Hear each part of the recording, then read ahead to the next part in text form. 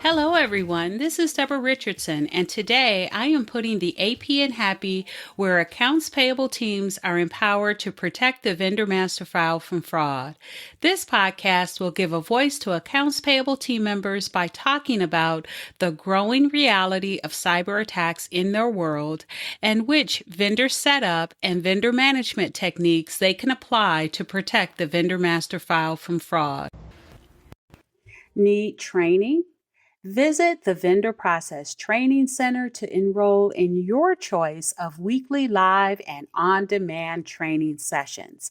Plus, get access to vendor setup form templates and reference tools that will help you and your team to reduce the potential for fraud, compliance fines, and just overall bad vendor data.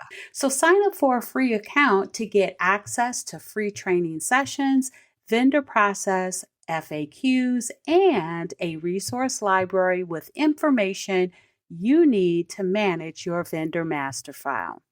Visit training.debrarrichardson.com today.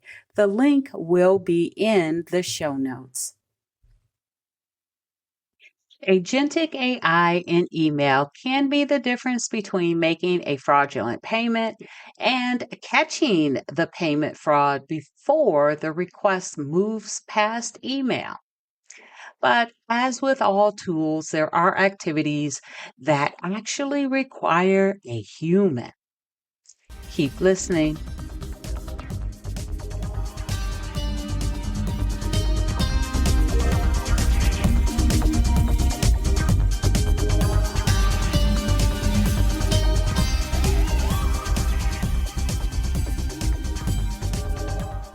Welcome to episode 387, What Agentic AI Should Not Do When Looking for Red Flags in Emails.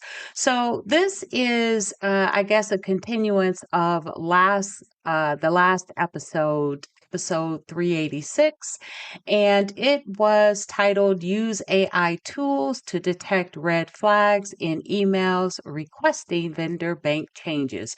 You know, I should really get a medal or a certificate or something for the longest titles ever, because I always have very long titles for everything that I do, and I need to stop doing that. But anyway, I talked in that episode about using AI in email to help look for red flags in these emails, because we know that the fraudsters are using AI tools to try to get those emails to appear more legitimate, to try to get those spoofed emails by us. And so isn't it only fair that we use AI tools to try to identify those red flags that maybe we can't see with the naked eye? And so the eagle eye is just not a thing anymore. I mean, it could be, but these fraudsters are getting so good. Why not have an extra level of protection when you are looking at these emails, especially when I always say this, no one can be 100% of the time to find and spot all these red flags in emails to determine that they might be fraudulent. Not even you, definitely not me. So the AI tools, I talked about two. One that you could just drop the email in, give it a prompt, and have it find some red flags. But the second one was Agentic AI, and that is where you can put some rules and steps in place so it can follow these automated steps. But there are some things that you should not have it do automatically, and that's what we're going to be talking about today. So I have a total of 5. The first one is to automatically update vendor banking.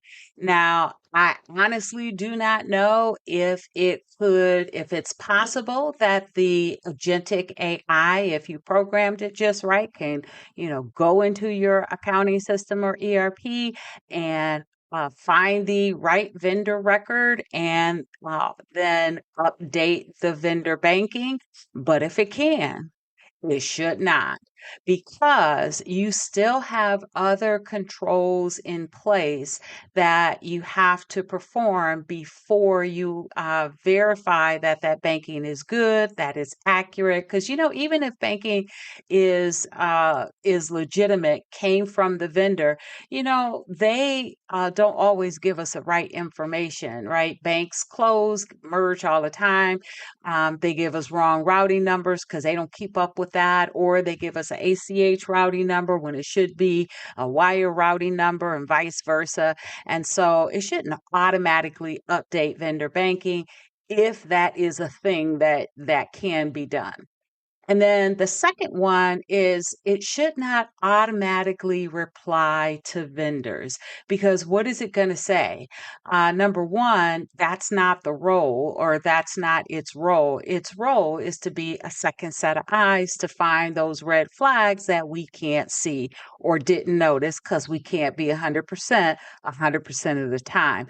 And so it shouldn't automatically reply to vendors. And you know what? This brings up something that I know I've talked about before, but this was a pet peeve that I saw a lot of accounts payable or vendor teams doing back when the pandemic first hit and everyone first went home like abruptly. It was chaotic. And so at that time, you guys probably had way more check payments like everybody else.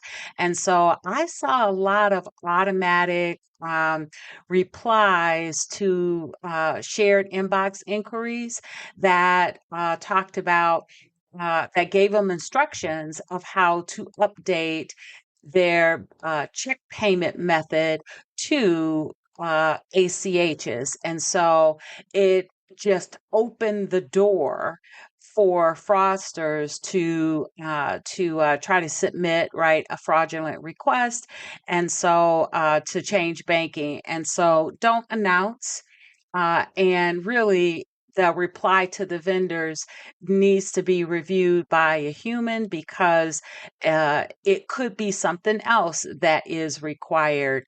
For example, if you take a look at, a human looks at the request, and, let's say it is a banking request. A lot of the times, the bank change request is triggered because the vendor did not, or the vendor changed their name, was merged, or it was acquired, or something that triggered the change in banking.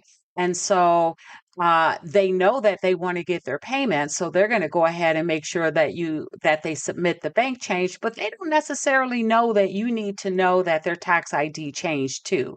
And so I do recommend, if you've seen it on any of my, or any listen to it on any of my podcasts, or maybe a training or two, I always recommend you collect the W-9 when they have a bank change. And so a human, right, would need to reply to that, and not just that, but looking at their vendor record overall and identify everything that they need to turn in order for that request to be processed. Because I know that vendors hate it. I mean, I hate it too, and so do internal team members, especially the ones that collect vendor information on your behalf.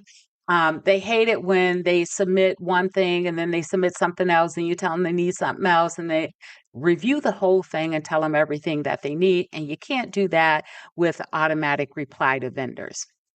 All right, so the third one is they shouldn't open links or attachments. What are they going to do with it? Anyway, probably they could do something, but they could be fraudulent, or they could be malicious. I'll say it that way. And I know that in accounts payable and the vendor team, because we get invoices, because we get vendor supporting documentation, that is how we do our job. It is hard not to have to open links or attachments, because that's how they come.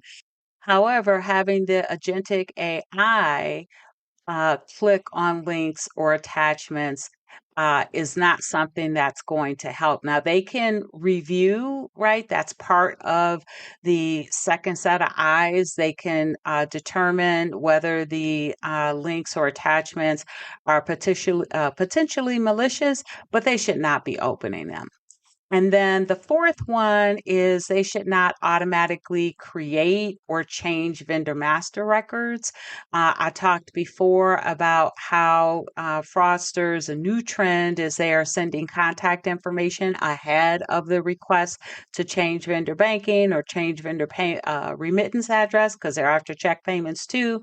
And so, for that reason and many more, they should not be creating or changing vendor master records. Plus, right, you have all these additional steps that you really should be doing as a part of your vendor add or vendor change process. It's not just making sure the email doesn't have red flags in it, it is a layered controls, best practices, vendor validations, right? Layered authentication techniques and other steps that you need to put into place to reduce the potential for fraud. So it doesn't just stop at the email. You don't go, okay, this email is good. Let's go ahead and process it.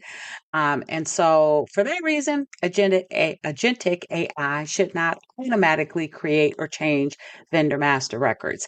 And then the last thing is, and this goes for humans too, but they should not automatically override internal controls. I don't even know why that would be something that would be set in the first place, but I know humans override internal controls. And so it may get to a human, and the human may do that, and that's not right either. But definitely, it should not be done automatically. And so keep that in mind if you are thinking about putting artificial intelligence, AI tools, agentic AI, right, in in your email as a solution for a second set of eyes. And I definitely recommend that you do that. I even have a training session. It's a course that is coming up on May 26th, I think it is. It's a Tuesday and it's on the Vendor Process Training Center. I will put a link to it in the show notes where I am going to show or demo how you can build one for your email. And so I am definitely going to mention these things that should not be done automatically by agentic AI. And so, really, the agent should be limited to reviews and recommendations. And so, think about it this way as the pre click, pre reply, pre change, right? Reviewer.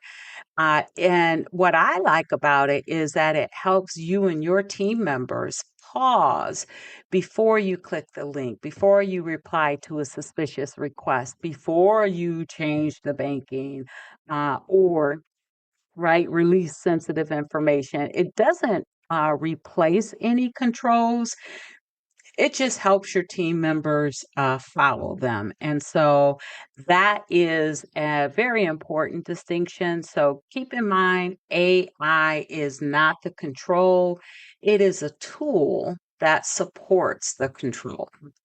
So, on that note, I think that's going to be it for today. Again, make sure if you haven't listened to the previous episode, episode 386, use AI tools to detect red flags in emails requesting vendor bank changes.